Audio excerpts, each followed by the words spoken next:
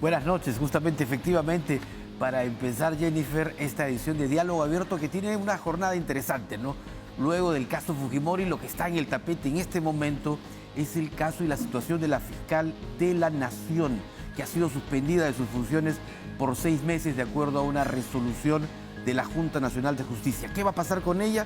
Lo vamos a analizar en solo instantes con el doctor Juan Carlos Portugal, que ya está en los estudios de TV Perú. Pero además vamos a tocar otro importante tema, otro que tiene que ver con la realidad, y es el de Wanda del Valle, esta delincuente venezolana que ha sido detenida en Colombia, pareja de Maldito Cris.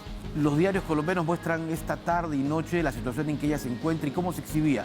Pero ¿cuál es el proceso que se va a seguir con ella? Se ha adelantado que va a ser la expulsión, que sería el mecanismo más rápido. Vamos a evaluar también todo esto y mucho más sobre el futuro de ella. Pero vamos de inmediato con el resumen y volvemos.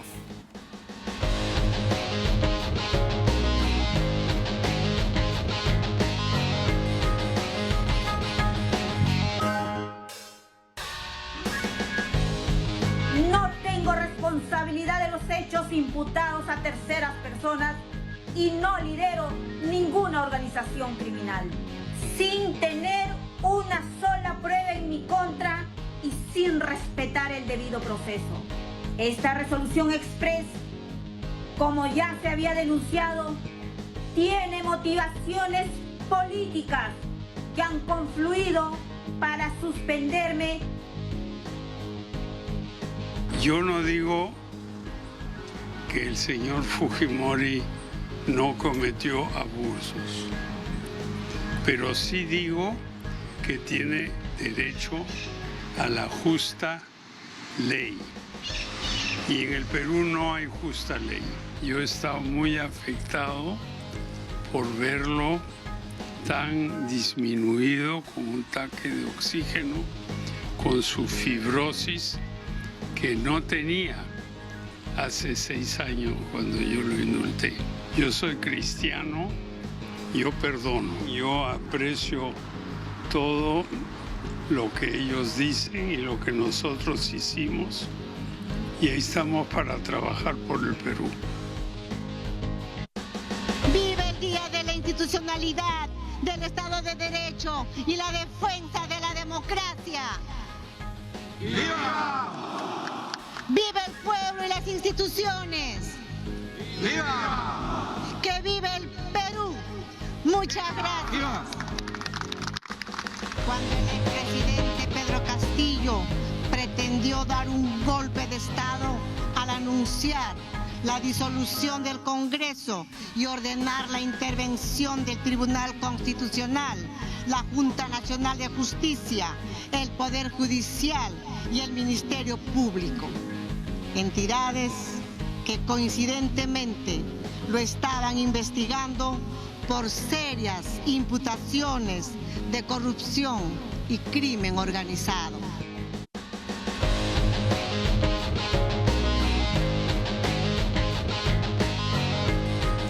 Vamos a hablar entonces sobre el primer tema que habíamos anunciado esta noche aquí en Diálogo Abierto por TV Perú, el futuro del Ministerio Público.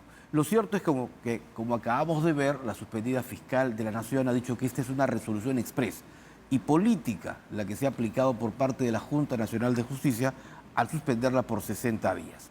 Hace solo unas pocas horas, la doctora Patricia Benavides ha estado en el Colegio de Abogados, en donde ha participado en una ceremonia. Vamos a hablar justamente sobre este tema con el doctor Juan Carlos Portugal, que es abogado penalista y que sigue de cerca el tema. ¿Cómo está, doctor? Buenas noches. Gracias por la invitación. Bueno, hemos llegado a una situación en que el Ministerio Público pareciera muestra enfrentamientos o pugnas internas. Con justa razón. Claramente no podemos ser institucionalmente selectivos y hacer una vista de zigzago respecto a lo que está ocurriendo en la institución.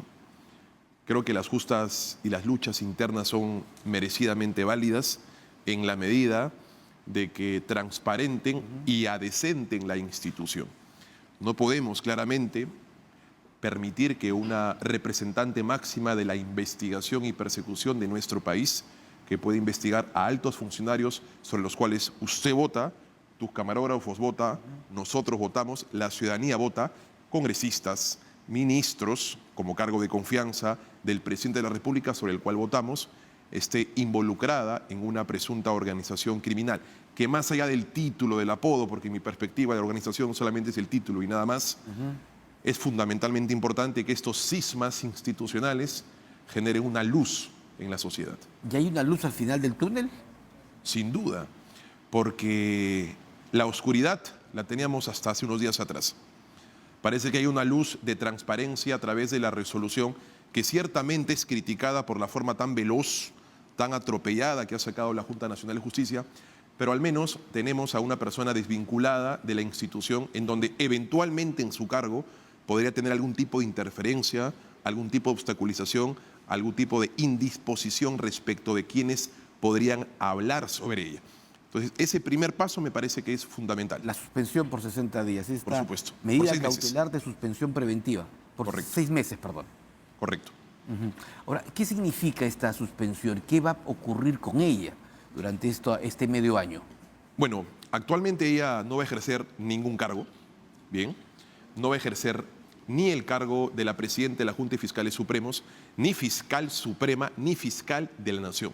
Es una sanción hacia esa triada de cargos por el cargo de representante de la función fiscal. En esa consecuencia, seguramente será su abogado quien presente una acción de amparo ante el Tribunal Constitucional, pasando, por supuesto, por las fases judiciales internas, para que pueda anularse en la perspectiva de Patricia Benavides, seguramente por infracción a 2 agravios muy puntuales, que es el derecho a la imparcialidad judicial, tomando en consideración que, según su tesis, ella estaba investigando a Imelda Tumalián, que es una miembro de la Junta Nacional de Justicia. Y esta persona es la jueza instructora, la vocal instructora, la miembro instructora que propuso, bien, la sanción de 6 meses a los demás integrantes. La que elaboró el informe, el borrador, digamos. En palabras sencillas, la que propuso la sanción de suspensión preventiva del cargo por 6 meses a los demás integrantes de la Junta Nacional. Y con justa razón, dice la defensa de la exfiscal, la suspendida, que había una causal de inhibición manifiesta porque la persona a quien vas a pretender destituir o suspender es la misma persona que te está investigando. Correcto. Ahora, la Junta Nacional de Justicia, la actual Junta me refiero, va a tener este plazo de 6 meses para poder resolver finalmente si esta suspensión termina allí o se va más allá con una infracción más dura que podría ser la destitución. Sí, por ¿Qué supuesto. elementos de juicio van a tener que tomar para ello? El artículo 45 del reglamento de la Ley Orgánica de la Junta Nacional de Justicia y el artículo 87 y 88 regulan la figura de la suspensión preventiva del cargo, que básicamente obedece a 2 razones, porque es importante que la sociedad sepa por qué a la fiscal de la Nación la suspenden preventivamente del cargo. Y obedecen a 2 razones que te las resumo de una forma bastante desjuridizada, de manera bastante cristiana. La primera, que existan graves y fundados elementos respecto de su responsabilidad, que en palabras sencillas significa que haya prueba suficiente. Prueba abundante de que ella está vinculada, efectivamente, de que ella está vinculada a una organización que supuestamente ella lidera, pero que además, en esa condición de líder de la presunta organización, haya influenciado a través de su asesor Villanueva en congresistas de la República con el propósito de favorecer sus intereses, como por ejemplo que destituyan e inhabiliten a la fiscal Zoraida Ábalos, así como coloquen a un defensor del pueblo a su medida. Tiene que haber prueba abundante.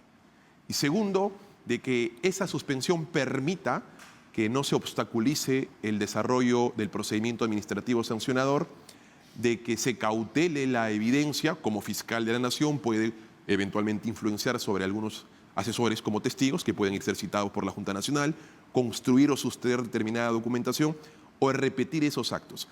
Pero que hay un dato fundamentalmente importante. La prueba que se ha construido es una prueba impropia, es decir, es la prueba de Villanueva respecto de referencia por el momento, porque no hay un tuit de coordinación expresa de su celular, no hay una interferencia de voz de su celular hacia él.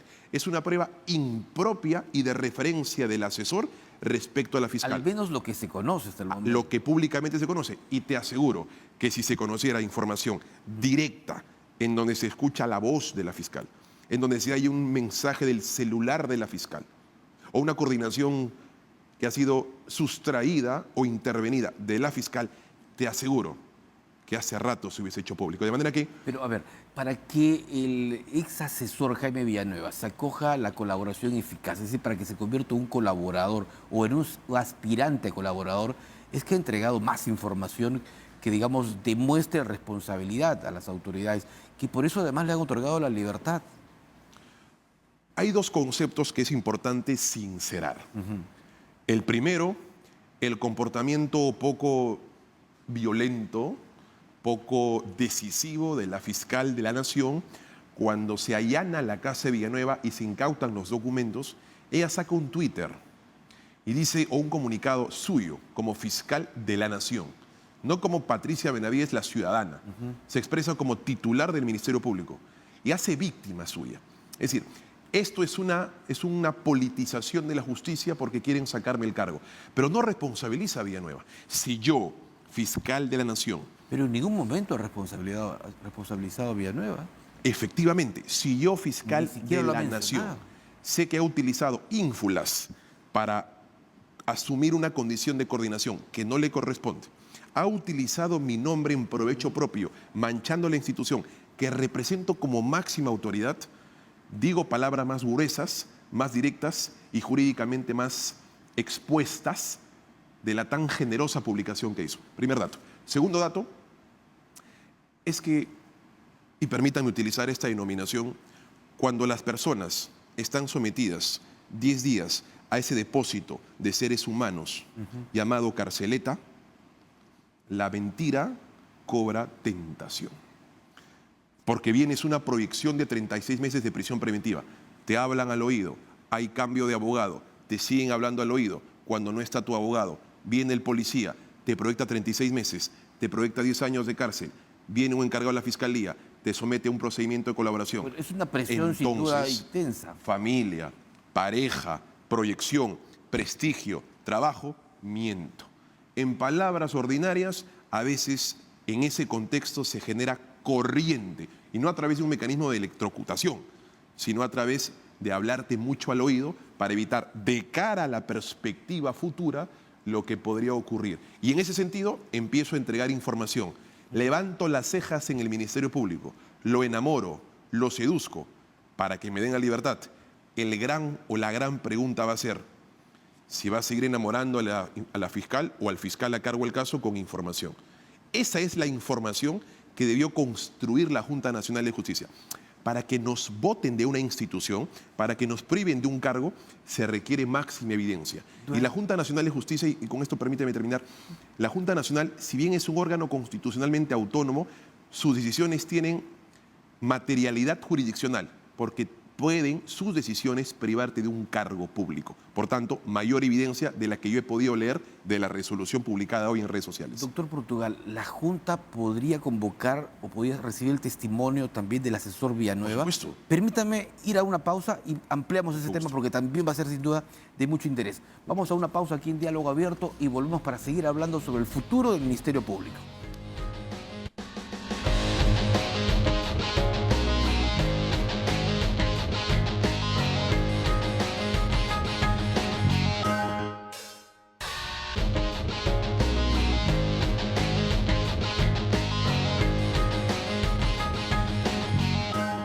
Vamos a seguir con la entrevista aquí en Diálogo Abierto con el doctor Juan Carlos Portugal, abogado penalista, que nos está explicando toda esta situación que está enfrentando el Ministerio Público, esta separación temporal por 6 meses de la fiscal Patricia Benavides, el caso de su ex asesor. Y habíamos dejado justamente el tema del filósofo, como así lo conocían dentro del argot político y del Ministerio Público a Jaime Villanueva. Yo le preguntaba antes de la pausa si él puede, o su testimonio puede ser requerido por la Junta Nacional de Justicia en el marco de esta investigación también administrativa que viene desarrollando. Sin duda. Y creo que es el actor protagónico de esta historia. Es el corazón del caso. Y si el corazón del caso permite vivir el caso, permite palpitar el organismo, claramente es el primer convocado por la Junta Nacional de Justicia. Seguramente también irán congresistas de la República. De hecho, quizá colaborador no le inhabilita entonces de ello. Al contrario, si bien la colaboración o la aspiración, porque en este momento no es colaborador, está enamorando con la información que supuestamente va a corroborar en libertad. Porque estoy absolutamente seguro, y ni usted ni yo estamos cometiendo una infidencia, porque es delito revelar la identidad de un colaborador eficaz. Él se ha autorrevelado. Su abogado se ha autorrevelado a su cliente. De manera que eso es fundamentalmente importante porque incluso se desistió de la apelación a la detención preliminar judicial, señalando que su cliente está iniciando un procedimiento de aspirante a colaborador eficaz. Así que está en el periodo de romanticismo y enamoramiento. Dime qué tanta información tienes, exclusiva y excluyente, que yo no tenga, y te diré cuántos beneficios premiales recibas. Por ejemplo, retiro de la investigación o un eximiente de pena frente a una eventual sentencia. Entonces, la colaboración, si bien es en la investigación o en otras investigaciones de carácter penal, no le impide, por conducta bien positiva, de contribución con las instituciones que vinculan a ese caso, que colabore ciertamente con la Junta Nacional de Justicia. Lo que vamos a ver y estamos viendo, mejor dicho, son investigaciones paralelas, ¿no? Que están desarrollando el Ministerio Público y Junta Nacional de Justicia. Si los miembros de la Junta dicen, envíame toda la información, lo que se denomina en el término jurídico prueba trasladada. Correcto. ¿El Ministerio Público puede enviar todo lo actuado, toda la información que tiene? Con las reservas que cautela la investigación reservada, por supuesto que sí. Si bien la prueba trasladada es una figura exclusiva dentro de un procedimiento de organización criminal, formalmente la Junta Nacional no la podría denominar así, aunque en esencia es así, y podría solicitar que se envíe toda la documentación vinculada al caso trasladadamente a la Junta Nacional y sobre eso construir una propia investigación. Sin embargo, yo considero que la Junta, para evitar justamente la politización o que ésta sea construida o identificada como una investigación complementaria, yo creo que va a cuidar sus propios fueros para no convertirse en una fiscalía segunda y va a solicitar de iniciativa propia toda la documentación y va a llamar asesores del Congreso, congresistas y al propio Villanueva como caso propio, como investigación propia. Eso, es decir, dentro de poco probablemente veamos desfilar a mucho político. Muchísimos. Y la Junta tiene el plazo que ellos mismos han definido. Ellos, al emitir una resolución que particularmente cuestiono por la motivación tan liviana, que no debería tener una resolución que priva un derecho fundamental de 6 meses, y sobre todo porque una causal para suspender preventivamente en el cargo es máxima evidencia, lo que hay es una sola evidencia, porque según la Junta o la resolución hay 3 graves y fundados elementos. Primero, la resolución del juez que autoriza el allanamiento. Eso no interesa el papel, interesa que hubo en el allanamiento, con lo cual se sustrae ese elemento de comisión. El segundo es los pantallazos de WhatsApp de Villanueva. Y tercera, la remoción en el cargo de Marita Barreto, que es propiamente un acto de disposición fiscal. Solo queda entonces uno solo, prueba impropia hacia ella. Ahora, el tema político, me gustaría también hacer un análisis porque anoche el Pleno del Congreso no logró obtener los 87 votos para una investigación súper sumaria de 10 días a los miembros de la Junta, justamente por este tema. Sin embargo, está pendiente todavía otro informe de la Comisión de Justicia listo para ser votado, que aparentemente no tiene los votos necesarios tampoco, pero hay una reconsideración que ha ingresado porque, digamos, todavía no se logró cerrar el acta a nivel parlamentario. Si hay una reconsideración, es probable que muchos grupos políticos estén recolectando firmas o conversando con sus pares. El Congreso se inhabilita a alguno de los, o suspende a alguno de los miembros. ¿Qué va a ocurrir? Gran pregunta. ¿No? Es que en nuestro país no está nada seguro. Absolutamente todo es posible. Ahora bien. Claro, la gran favorecida aparentemente sería Patricia Benavides.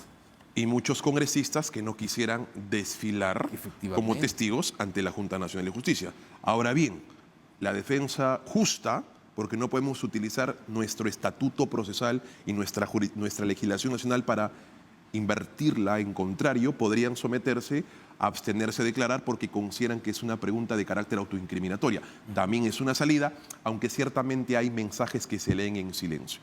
La reconsideración como instituto no debería alterar la sustancia del voto, no debería alterar la decisión política. Sin embargo, han habido casos como el del ex congresista Freddy Núñez, en donde no se le sanciona, se plantea una reconsideración y sin embargo, resuelta la reconsideración, finalmente termina por votarse de forma contraria a lo que minutos antes, a lo que días antes se había resuelto. Entonces, la reconsideración podría permitir que se genere ese procedimiento de inhabilitación y que la Junta Nacional de Justicia se quede sin miembros. Y si no hay miembros en la Junta Nacional de Justicia, no hay quórum de decisión. Y si no hay quórum de decisión, se sustrae cualquier tipo de investigación porque las personas o los funcionarios públicos inhabilitados son incompetentes e ilegítimos O sea, para ¿pierde poder valor, asumir la queda sin investigación. efecto la suspensión?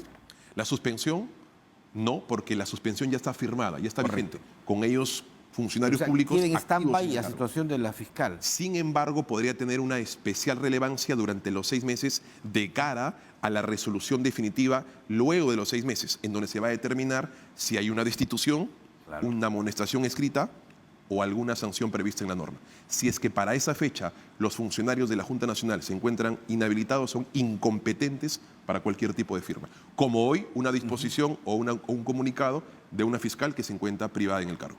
Sí, bueno, realmente lo que se puede venir tanto a nivel del Ministerio Público como la Junta Nacional de Justicia todavía es incierta. Es una situación que habrá que seguir esperando, con mucha canchita y deshojando margaritas. Muchísimas gracias, doctor. Muchísimas gracias al Mucho doctor gusto, encantado. Juan Carlos Portugal por haber sido tan explícito en darnos cada uno de los detalles de las aristas y lo que se puede venir. Buenas noches, muchas gracias. Gracias, y a Muy esperar. amable, muy A gentil. esperar. Vamos a tener una pausa aquí en Diálogo Abierto, pero al retorno vamos a hablar de otro tema también que es preocupante y lo estamos viendo en imágenes. Wanda del Valle, que ahora tiene el pelo negro, que tiene una imagen distinta, pero que pese a todo ello fue capturada por la policía colombiana en coordinación con inteligencia de la policía peruana. ¿Qué va a ocurrir con ello? La respuesta luego de la pausa.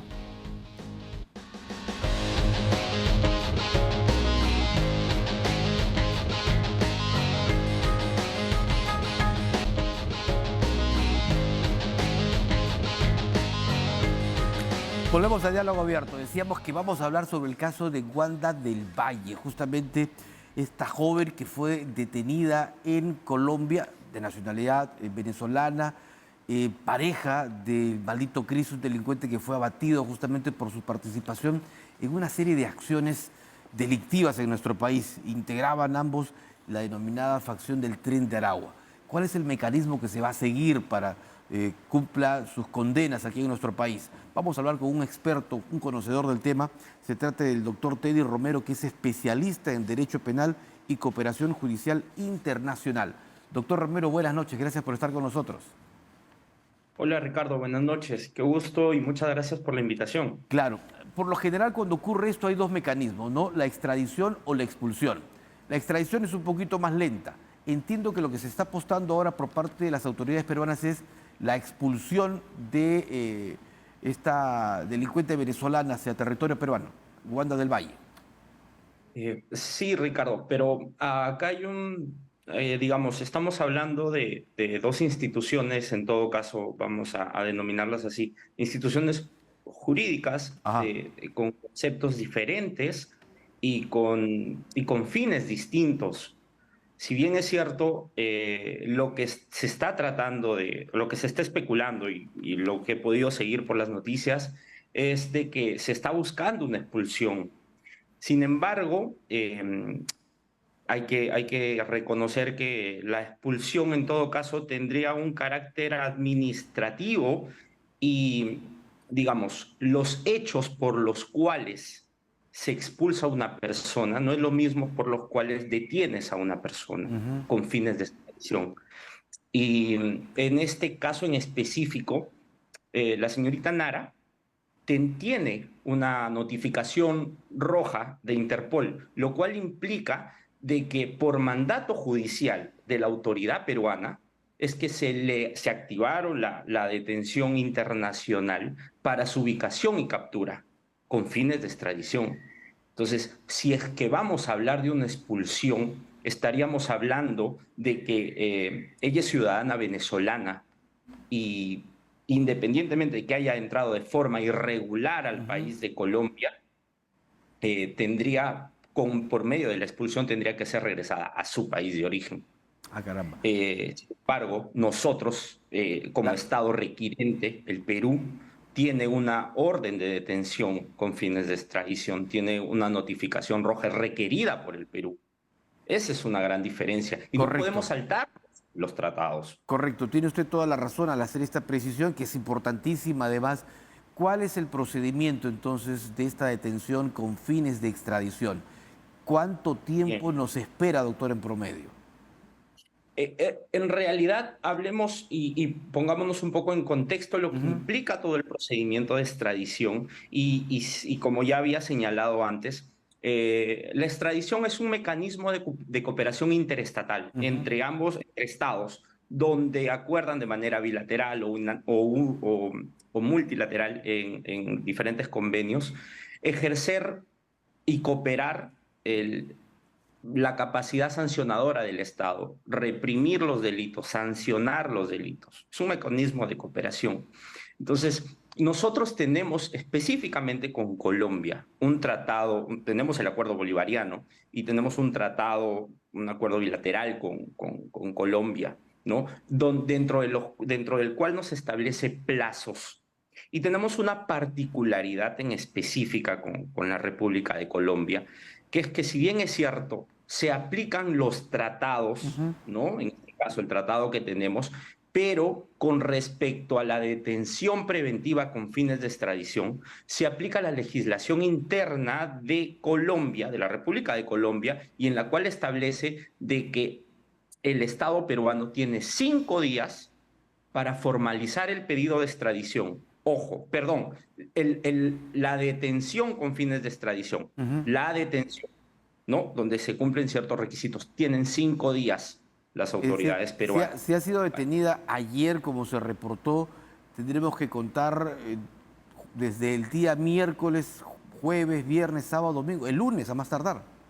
Sí, a más tardar, pero eh, debo recalcar de que las autoridades judiciales, y en este caso las autoridades peruanas, tanto de la parte judicial como de la parte ejecutiva, entendiendo incluso el trabajo y la gran labor que desarrolla la Cancillería, Ujú. yo creo que eso se va a cumplir dentro del plazo de lo que establece el A tratado ver, y lo que establece la legislación incluso colombiana, ¿no? doctor Romero, pero lo que hemos visto con los últimos ejemplos de ciudadanos venezolanos que buscan llegar a territorio colombiano no ha sido el mejor.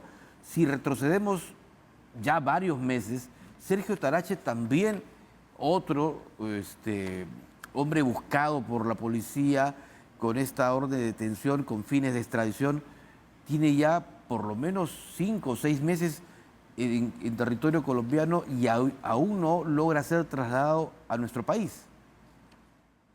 Sí, exacto, Ricardo, sí, tienes mucha razón. Sin embargo, también justo quería recalcar esto también con el tema de Colombia y lo que te establece el tratado, que si bien te dicen tienes 5 días Ujú. para formalizar tu pedido de detención, ojo, de detención, cumplido este plazo, el Estado peruano, el Estado requirente en este caso, tiene 90 días para formalizar y presentar el cuaderno de extradición, el pedido formal de extradición.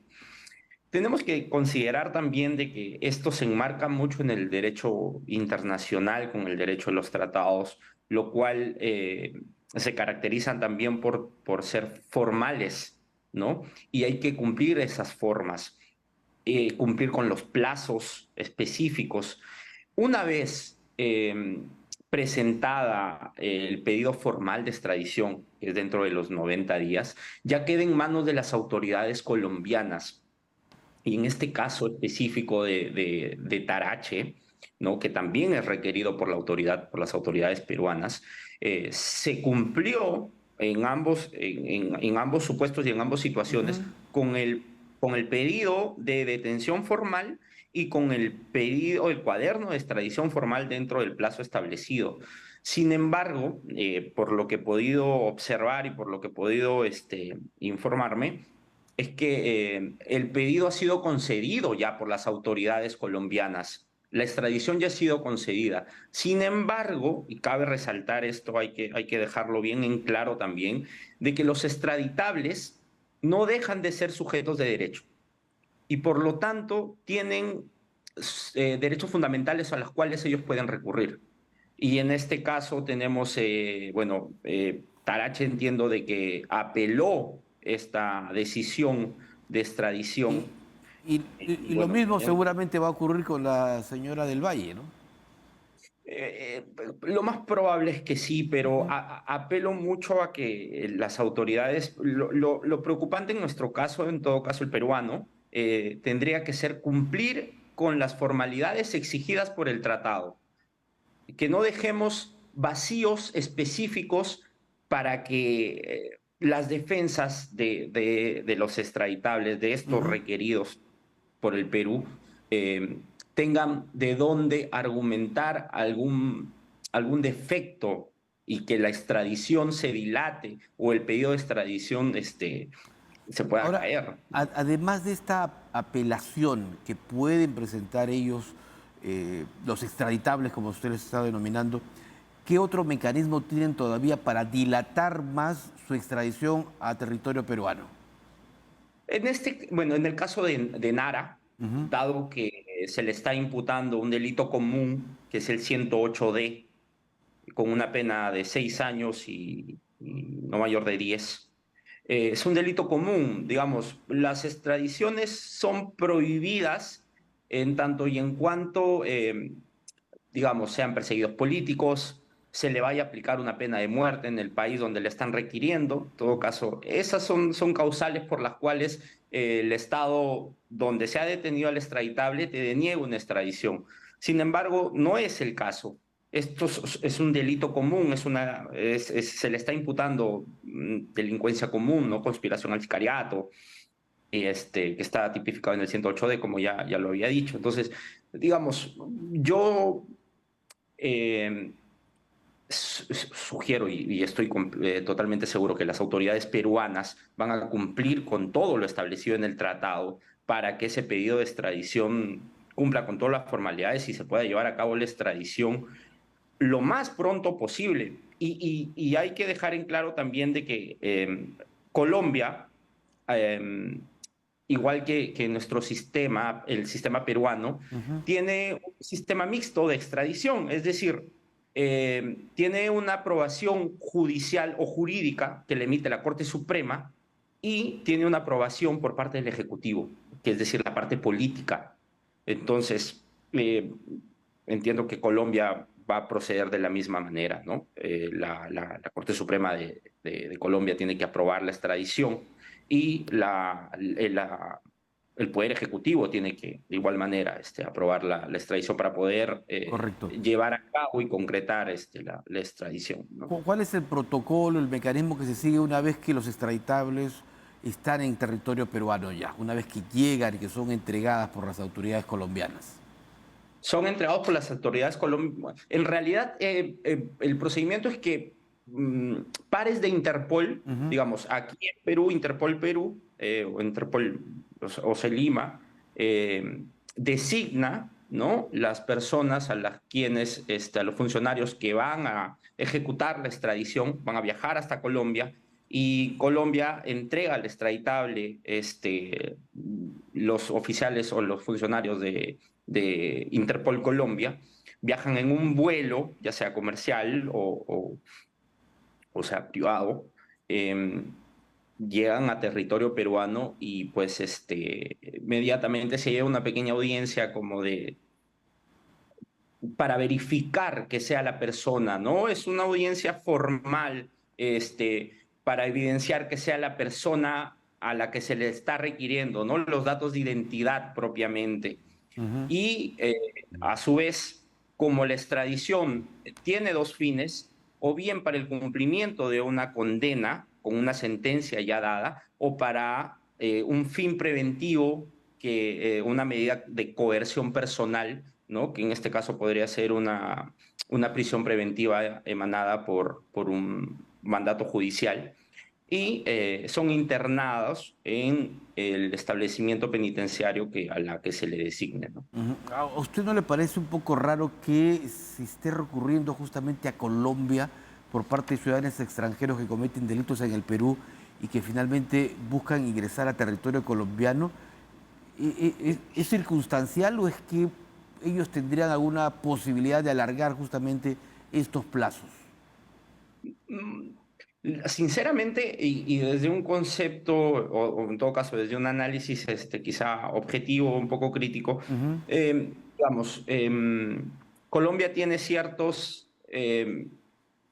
mecanismos estrictos, ¿no? O sea, como les estaba mencionando, los 5 días para Claro. el pedido de detención formal, ¿no? Sin embargo, creo yo que es por la cercanía o por las facilidades que puedan entrar a ese país o la permisión que han podido tener.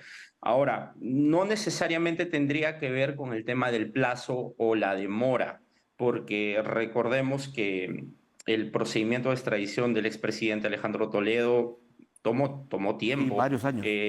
El procedimiento de extradición que se le sigue al ex magistrado Inostroza también está demorando bastantes años, y eso es uno está solicitando en España, en el Reino de España, y al expresidente Toledo en los Estados Unidos, ¿no? Entonces, no necesariamente tiene que ver el país en todo caso, ¿no? De por sí, estamos evidenciando de que los procedimientos de extradición están demorando, están dilatándose un poco, ¿no? Sí, están demorando un poco y parecieran un poco lentos. Los cuadernillos de extradición, que son los que usted nos explicaba, que son elaborados por las autoridades peruanas, ¿y cuánto tiempo demanda en su confección? ¿Quiénes participan? ¿Y de qué manera podemos hacer mucho más ágiles que estos documentos sean derivados hacia el país al cual se recurre y se le solicita justamente la entrega de un determinado personaje? Sí, este es un trabajo, vamos a denominarlo así, con muchas, digamos, con bastantes roles distribuidos tanto por las autoridades judiciales, ¿no? Porque si bien es cierto, este procedimiento deviene, ¿no? Deviene de un mandato judicial, de un requerimiento judicial, ¿no? Ya sea porque se le está investigando por medio de la fiscalía, ¿no? Realiza la investigación correspondiente en un proceso penal determinado, solicita al juez peruano, en este caso un juez de investigación preparatoria, al ser el caso, el requerimiento, en este caso de prisión preventiva, si es que es el caso, o alguna sentencia ya por el cumplimiento de sentencia, ¿no? Que son las dos vías que ya había señalado por las cuales se podría ejecutar una extradición. Bien, eso es de la parte judicial, ¿no? El juez emite la detención o forma el cuadernillo. Entonces, ello, de acuerdo a lo que establece el Código Procesal Penal, la autoridad central, ¿no? Por las cuales tendrían que canalizarse todo, es la Unidad Internacional de Cooperación y Extradiciones del Ministerio Público. Perfecto. Y ellos, en bastante coordinación con la Cancillería peruana, ¿no? Es que remiten los cuadernillos de extradición a las autoridades o a los estados requeridos. Y ¿no? esperemos que... Siempre Claro. Y esperemos que este caso, doctor, pueda ser lo más rápido, ágil y expeditivo. Le agradecemos mucho al doctor Teddy Romero, especialista justamente en cooperación judicial internacional, por habernos acompañado esta noche. Muchísimas gracias. Muchas gracias, Ricardo. Buenas noches. Buenas noches también. Y nos despedimos. Termina esta edición de Diálogo Abierto. Muchas gracias por acompañarnos y denle like a nuestra transmisión a través del canal de YouTube. Muy buenas noches.